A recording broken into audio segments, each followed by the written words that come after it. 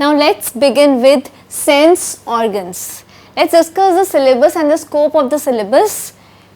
We'll be covering the sense organs, that is eye and ear, eye defects and corrective measures. The eye defects will be covering are myopia, hypermetropia, presbyopia, astigmatism and cataract. Right?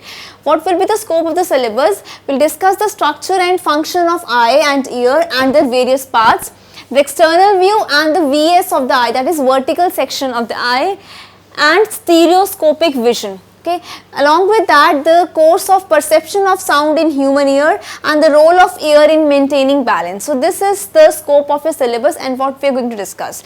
So as you all know that if there are no sense organs, will not be able to sense anything, will not be able to respond to sound, will not be able to respond to touch.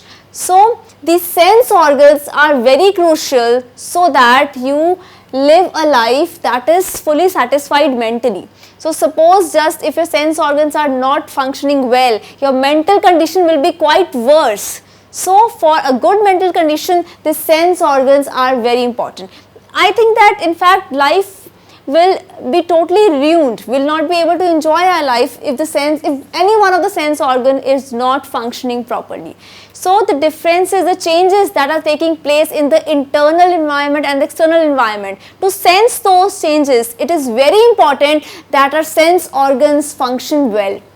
Right? So these sense organs are very important. We'll discuss the sense organs in greater detail in the chapter, and besides these sense organs, we'll also actually discuss the defects. For example, in case of eyes, we'll discuss myopia, hypermetropia, presbyopia, astigmatism and cataract. So if these defects are there, they actually pose some problems. So as I told you earlier that these sense organs are very important, because it is important for us to actually respond to the internal and the external changes, and in this functioning the important organ that is involved is your brain and the sensory neurons, because the sensory neurons are going to send the nerve impulses to the brain and the brain is going to interpret, and accordingly we are going to respond. So let us see how we actually respond.